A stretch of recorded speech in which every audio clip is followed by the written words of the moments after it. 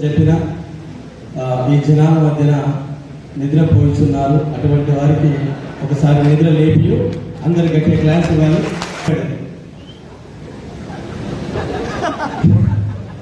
Information నిజంగా మా ఊళ్ళో నన్ను చూస్తే భయపడేది. నిజం సార్, రైట్. మా ఊళ్ళో కొంచెం కాలేజీలో భయపడేది. స్టూడెంట్స్ కాదు, కాలేజీలో టీచర్. రైట్. ఎందుకంటే 2010లో తెలంగాణ ఉద్యమం జరిగేటప్పుడు మనము హైదరాబాద్లో, నా పేరు నాగార్జున, పోతుగండి, అన్నాస్పల్లి విలేజ్, శ్రీశైలం పోయే రూట్లో హైదరాబాద్కు ఒక 45-50 కిలోమీటర్ దూరంలో ఉంటుంది. కడతాల మండలం, రంగారెడ్డి జిల్లా. ఇంతకుముందు పాత మహబూబ్ నగర్, పాలమూరు జిల్లా. నేను పంచాయతీ డిపార్ట్మెంట్లో పంచాయతీ సెక్రటరీగా జాబ్ చేస్తా. షాద్నగర్ చేవెళ్ళ మధ్యలో షాబాద్ మండలం ఉంటుంది. అక్కడ పంచాయతీ సెక్రటరీ చేస్తున్నప్పుడు నా సాలరీ 28,000. నేను ఆ జాబ్ చేసే తరుణంలో నాకు ఈ బిజినెస్ పరిచయం చేసింది గ్రేట్ లీడర్. ఒకసారి బాలం శ్రీనివాస్ సార్కి మనందరూ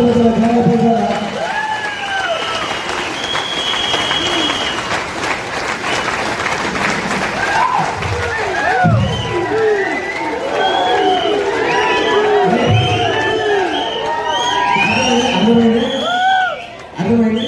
సారు 2 నిమిషాలు అని చెప్పిండు, మీరు ఊయని దిగమని చెప్తున్నారు. అర్థమైంది, 2 నిమిషాలు దిగే సార్. రైట్. అయితే వెస్ట్ కంటే ముందు ఇది వెస్ట్లోకి వచ్చిన తర్వాత సార్ 2021 డిసెంబర్ పరిచయం చేసినారు. డిసెంబర్లో పరిచయం చేసిండు, అప్పుడు రాలేదు. 2022 ఫిబ్రవరిలో 12 తారీఖు 13 తారీఖు మీటింగ్ జరిగింది.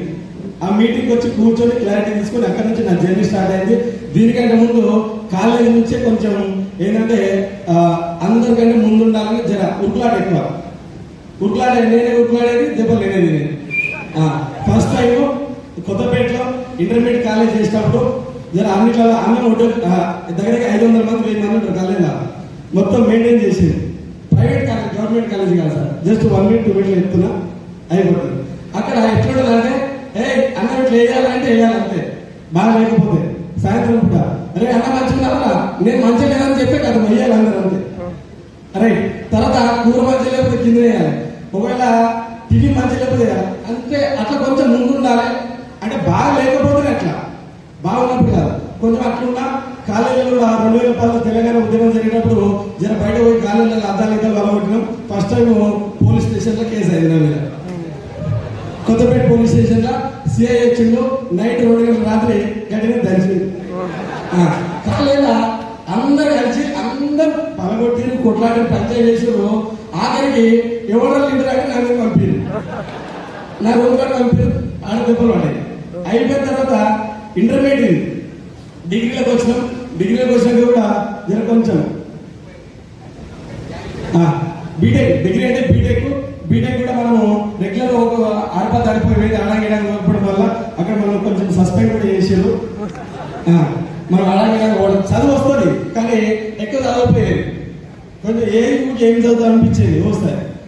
అట్లా డిగ్రీలో కొంచెం బీటెక్లో కొంచెం సస్పెండ్ చేసి అదంతా కథ అయిపోయి ఫస్ట్ టైం చాలా మంచి మార్కులతోటి ఫస్ట్ ఇయర్ కూడా ఫెయిల్ అయినా. బీటెక్లో సెకండ్ ఇయర్లో కూడా ఫెయిల్ అయినా.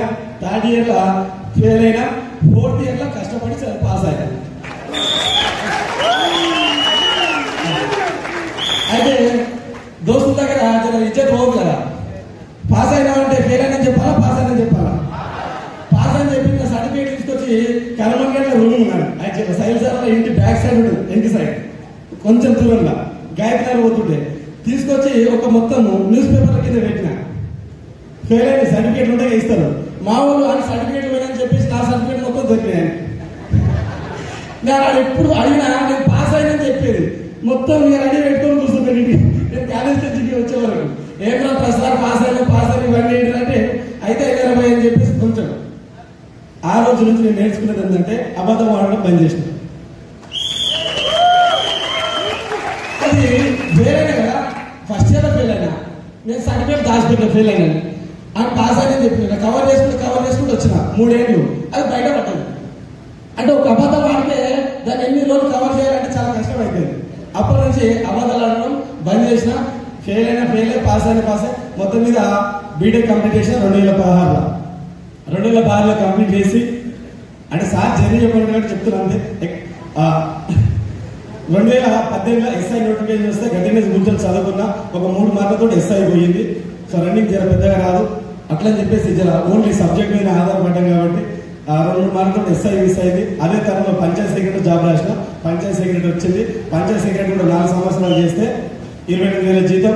So great leader. ఈ రోజు బాలం శ్రీనివాస్ సార్ లేకపోతే మేమందరం కూడా ఇక్కడ కనుమరుగయ్యేటోళ్ళం. కేవలం ఒక మండలానికి, ఒక గ్రామానికి, ఒక ఇంటికి పరిమితమైనటువంటి జీవితాలను తీసుకొచ్చి ఈ రోజు కొంతమందిలో వెలుగు నింపాలని చెప్పేసి, అంటే ఏదో ఒక టాలెంట్ అని గుర్తించి ఎన్నిసార్లు సదాయించిన తోలుకు వచ్చి ఈ రోజు ఇంత కారణం, ఇంత గుర్తింపు రావడం కానీ చెక్ కానీ అంత కారణం MSR association and my great mentor Balam Srinivas sir.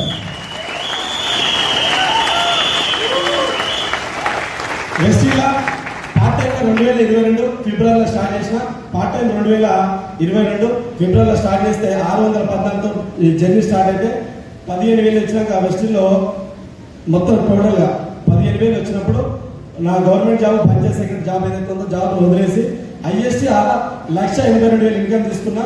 నిన్న వచ్చినటువంటి ఇన్కమ్ 1,53,000 ఇన్కమ్.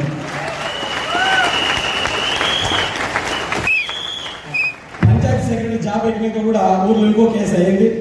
పోలీస్ స్టేషన్ లా చెప్పిన భయపడతారని చెప్పేసి అట్లా కొంచెం కొట్లాటలలో ముందు ఉండటంలో, జర పంచాయతీలలో ముందు ఉండటంలో అదంతా మొత్తం తగ్గించుకున్నా.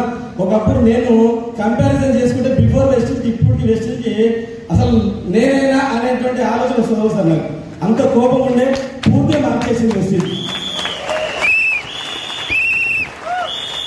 ఇప్పుడు కొట్లాటైనా పంచాయతీ ఏమైనా ఎవరు పట్టించుకునే లేదు. టోటల్ వెస్టింగ్ వెస్టింగ్ వెస్టింగ్ అంతే. థ్యాంక్ యూ అండి, థ్యాంక్ యూ సో మచ్.